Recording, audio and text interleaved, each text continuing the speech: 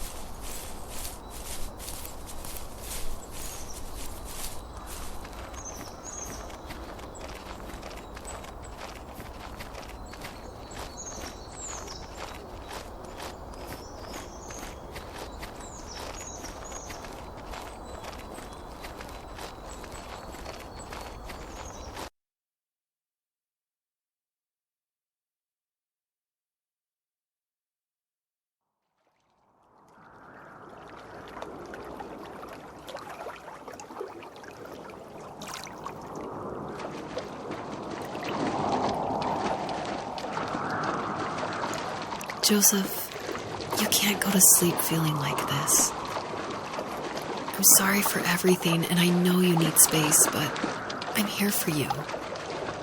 You don't need to feel so lost. Joseph, have I ever told you what my mother was like?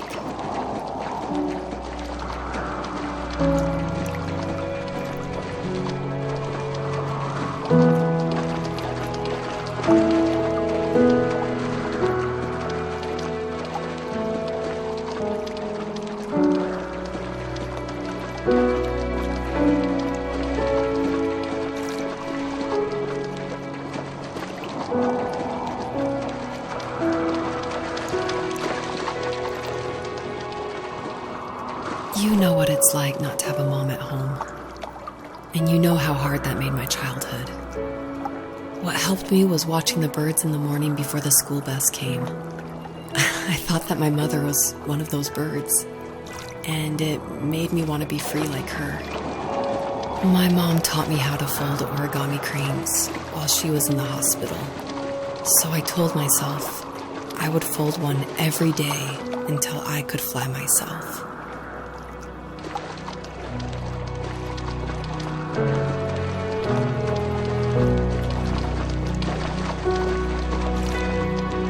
I think we both have always loved animals, and for me that love started with a dog. Sometimes this Rottweiler would come up to our property line and wait at the fence for me, but only once in a while. I was sure to check every day immediately after school, and it usually ended in disappointment. I would even steal money from my passed-out dad just so I could buy these off-brand dog biscuits. Even when she did stop by, she never went beyond the fence. Why was she so scared?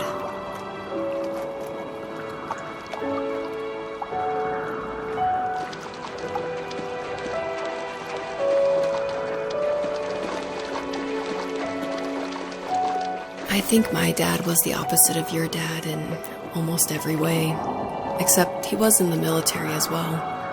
He coped with alcohol of every kind. The trailer started falling apart, he got angry, and I withdrew.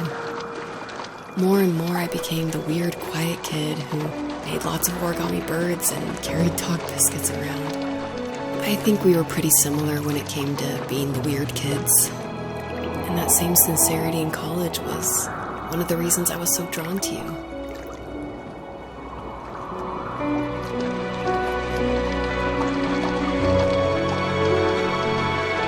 Life got worse and worse, and at one point, I really didn't think I could survive another day with my soul still intact. I had no real friends, let alone neighbors, since we lived in the middle of nowhere. I should have talked to my teacher, but I was scared what he would do if he found out. As I waited for the school bus one morning, I walked around until I found something in an abandoned shed. Something I can't put into words.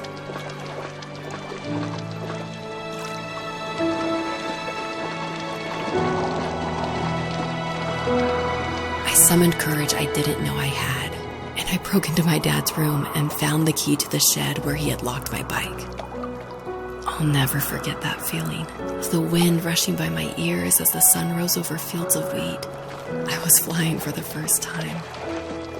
I biked as far as my legs could take me until I found a house that felt friendly and that felt like home. Those strangers helped me in so many ways. And if it wasn't for them, I wouldn't have found my foster family. And if it wasn't for my parents, I wouldn't have met you.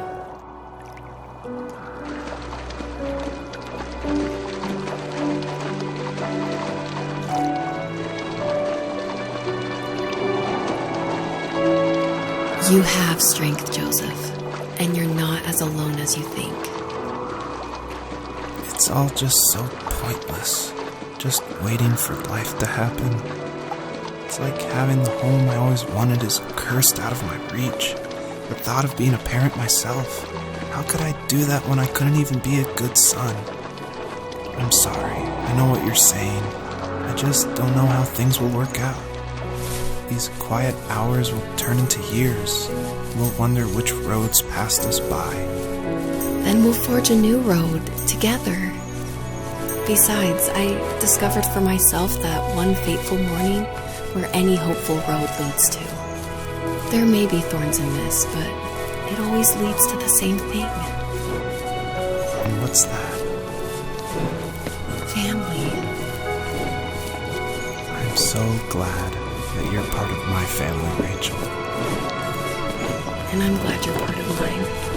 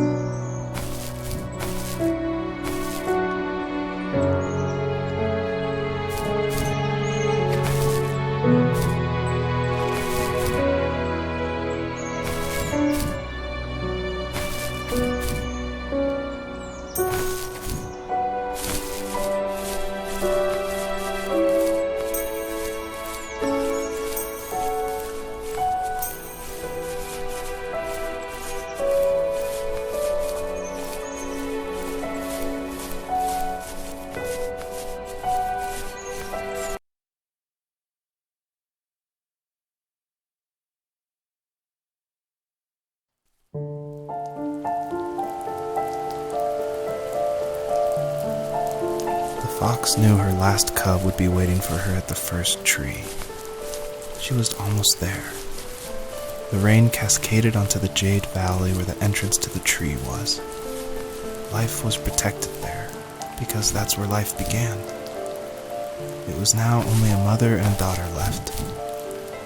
Items from my life still dotted the ground as she moved closer to her destination and destiny.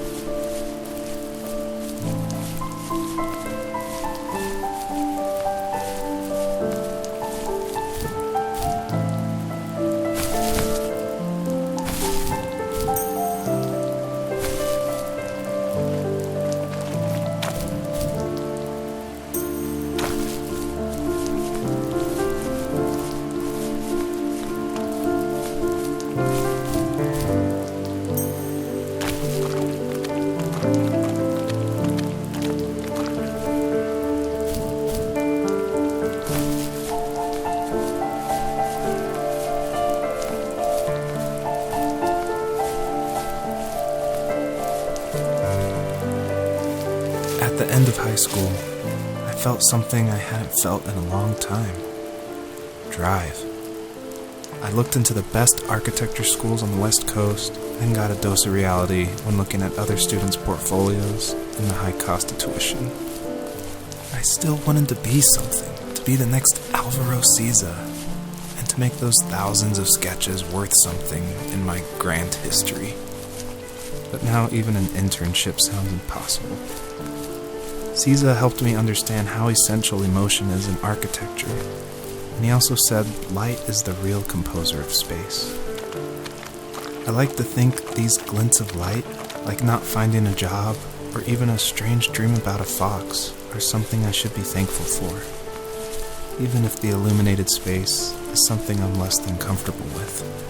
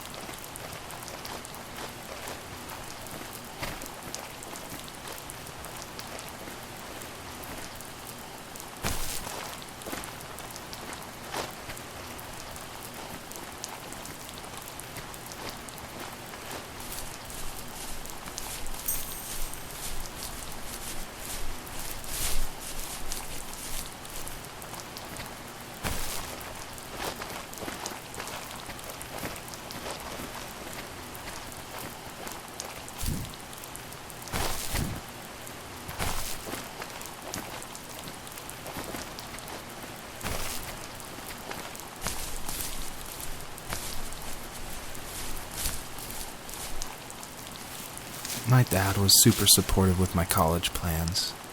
To a point. Things were okay until this terrible accident happened. I guess a forklift flipped over due to a bad axle, and it crushed one of the workers there. My dad didn't eat for days, even though he wasn't directly involved. It devastated him. Not only did it hurt the business, but it just freaked him out.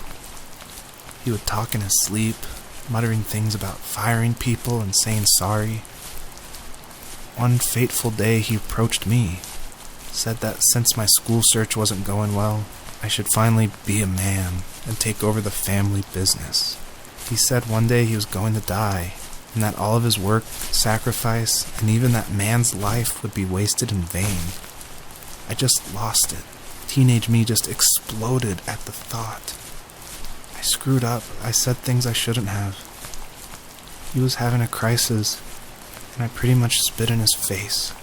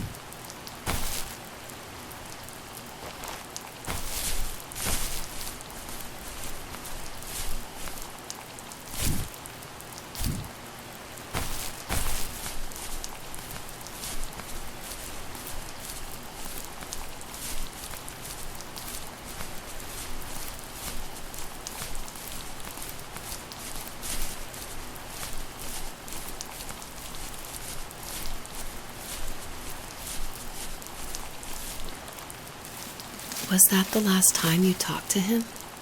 No, I called on holidays, and he would call on my birthday. I guess we acted like nothing ever happened, which was stupid. Didn't want to ask about his lumberyard, and I'm sure he didn't want to ask about my job search. I never went back and visited. I think the last conversation we had was about what movies we had seen and what exactly a best boy is in the credits. I thought he would be here so much longer.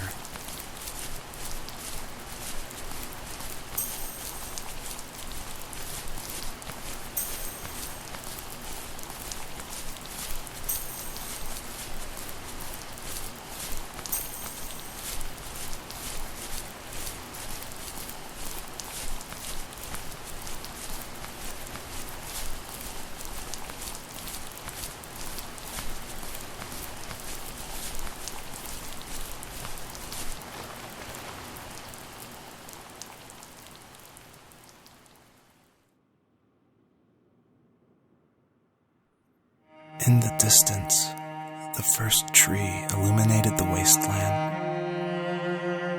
She couldn't go home anymore. She did the only thing she was capable of. Moving forward. My dad died alone in the middle of the wilderness.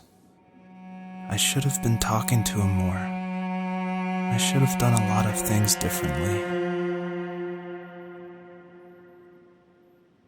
If the first tree on earth brought life with it, if it taught the birds to sing and fly and showed saplings how to grow, what could it do for us?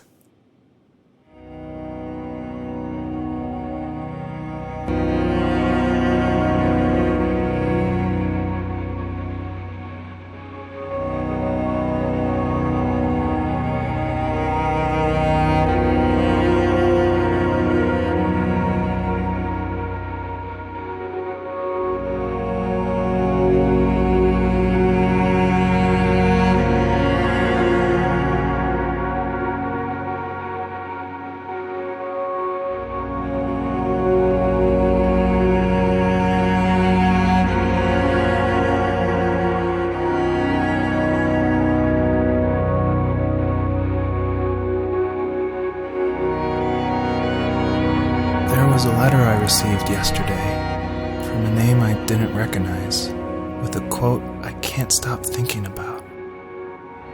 Death is not the opposite of life, but a part of it. More and more, I'm realizing one important truth. Each of us have our own journey to the first tree. But sometimes I'm not sure I'm ready to take that first step. You already have my love.